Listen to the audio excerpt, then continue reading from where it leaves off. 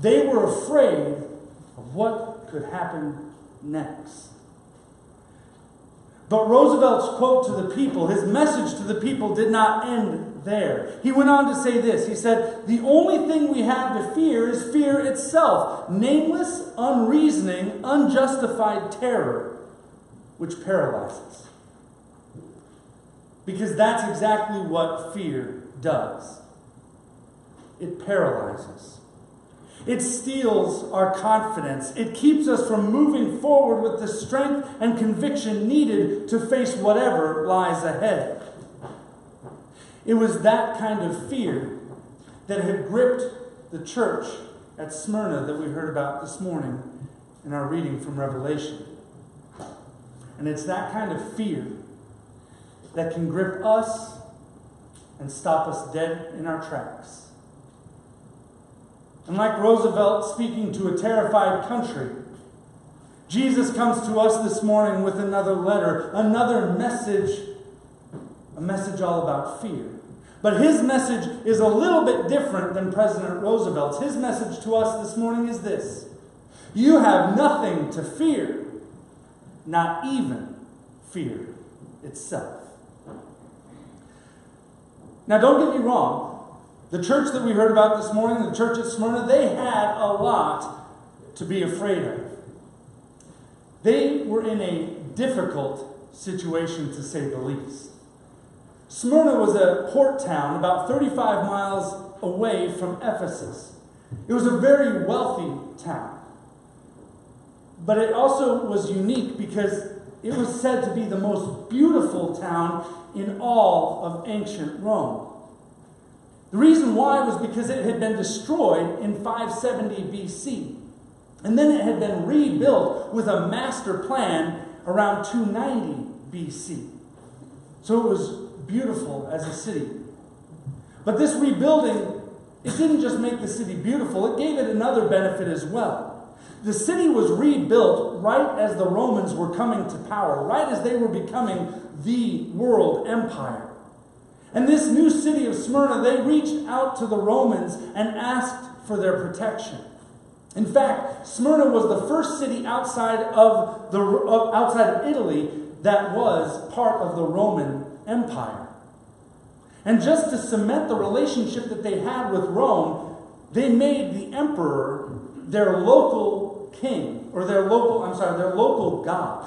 They worshiped the emperor as if he was God. And this idea to cement the relationship, it worked. And so Smyrna, it enjoyed a pride of place long after the Romans had taken over the whole region. But none of this was good news for the fledgling church in the first century. While the rest of the community in Smyrna enjoyed all the wealth that the port brought and the protection that the Romans gave, the Christians were outcasts. They were not part of the in crowd. Why? Because they didn't worship the emperor as God. And because of that, they faced all sorts of difficulties every day. It's said that neighbors could come and steal goods and money from Christian homes without any fear of getting caught. It's also said that a Christian could be kicked out of their house in Smyrna for no reason whatsoever, could be jailed, could even be killed without any recourse. That's what Jesus is talking about when he says, I know your tribulation or your trouble and your poverty. The church at Smyrna had it pretty bad. They lived in constant fear. And they were afraid of the more suffering that was going to come. But being afraid of suffering isn't just something that the people in an ancient church had to deal with, or the people around the Great Depression had to deal with. We are afraid sometimes of suffering. I mean, it seems that every day there's just something more to fear, something more that could cause us personal grief. There's the fear of the stock market crashing and wiping out a retirement account, and then you have to suffer in old age. Fear of a diagnosis that could cause you to suffer in your health. Being afraid that you won't be able to make your bills next month. Being afraid of being alone. Being afraid of pressure at work. Being afraid of being rejected. We all have these personal fears that can shake us to the core. And like the people of Smyrna, in our day and age, we might even have to be afraid of saying that we're a Christian or sharing our faith. You know, being called intolerant because we call a sin a sin. Having people say that faith is just a silly superstition for weak people. We might not be facing jail time because of our faith, but we may suffer socially because of it. So fear of suffering can paralyze us. If we're afraid of suffering financially, we stop living generously and become selfish. If we're afraid of suffering in our health, we can become hypochondriacs. That makes us not able to function. So afraid of disease, we're not able to function on a day-to-day basis. If we're afraid of rejection, we won't even try and make friends. If we're afraid of pressure at work, we may not try and do better. And if we're afraid of what people think about us, we may not speak our mind or share our faith. But that's what makes fear such a powerful force in our lives. It causes us to stop. It causes us to stop believing and trusting in God's strength and His goodness. And then we either end up just trusting in our own strength, or we just believe that whatever we're afraid of is bigger than something that God can handle. So God's message to those hearts that are paralyzed by fear, to those whose worry about the future has caused them to get stuck and stop in the present, is this: do not be afraid. What he's saying is, don't let fear come and take your focus off of me, because whatever you're facing, I'm bigger than that. Do not be afraid. But this message isn't coming from someone who doesn't know what suffering is. This message is not coming from someone who doesn't know what fear is. Jesus calls himself in this message today, he calls himself the one who died and came to life. See, Jesus isn't unfamiliar with suffering. He's not unfamiliar with the feeling of fear. Instead, he walks straight into the thing that people fear the most: death itself.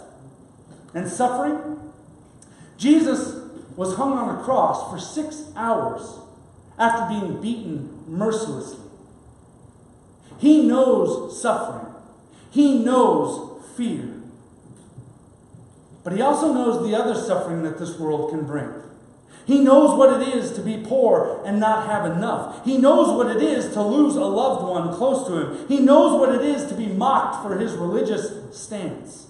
He knows all of this because he lived all of it. That's why he says, the one who died and came to life, because Jesus wants you to know in this message that he has gone through it. He's gone through all of it, just like you. He has faced suffering. He's walked through pain. He knows the hurt that this world can cause. He walked through everything that people fear, even death itself. But the difference is this: he overcame it. He defeated all those things that seek to steal our confidence. He defeated all those things that can cause us suffering. He overcame all those things that make us doubt God's goodness when we suffer. And how can we be sure? How can you be certain he overcame it? Because he came to life. The empty tomb of Easter shows that God's goodness and power overcomes the suffering and evil of this world. But the best part is this: he did all of that for you. He took on suffering, took on fear, took on death, so that he could give you what he had won: the crown of life. Jesus' message to the church at Smyrna and to you this morning is that the victory that he won over death and suffering in this life, he won for you, so that he could give you the victor's crown, so that he could give you the crown of life.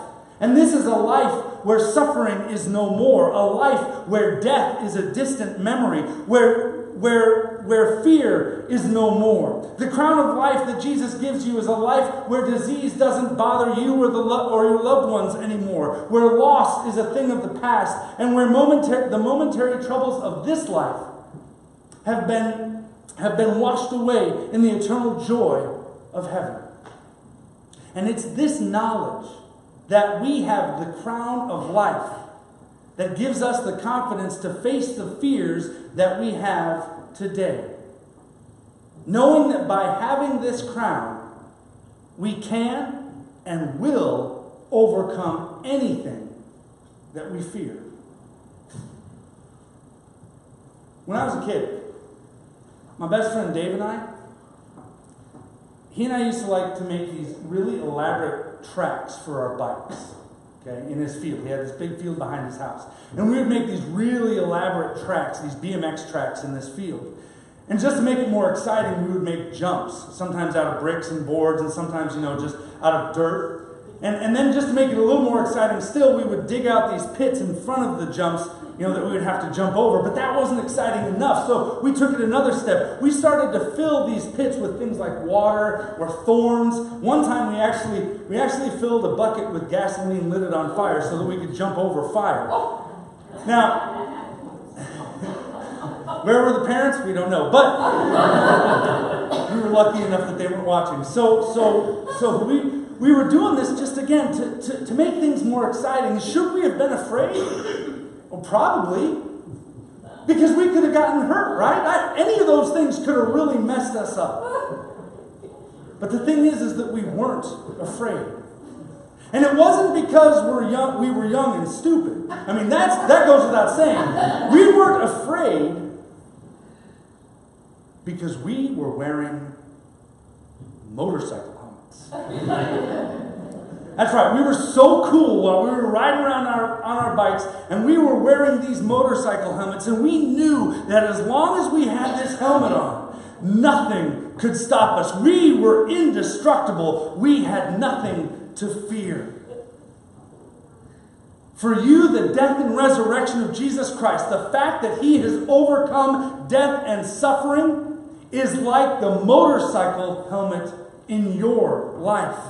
Because of that, because we know that we wear the crown of life that Christ has won for us, we know that we have nothing to fear, not as long as we have that crown. As long as Jesus' crown is ours, there's nothing that we can't and won't overcome. As I was getting ready for this morning, I came across a saying that I really liked and wanted to share with you about suffering and the Christian. It says this: the cross always goes before the crown. In this life, in this world, we know that we are going to face suffering. You can't help it. And we know that we're going to continue to face suffering. We, like Jesus, have our crosses to bear. But because of Jesus, we know the victory is already ours. We will overcome. You will overcome anything and everything that is in your way, either in this life or the life to come. Why? Because the cross goes before the crown. But Emmanuel, we wear the crown. So we have nothing to fear. Amen.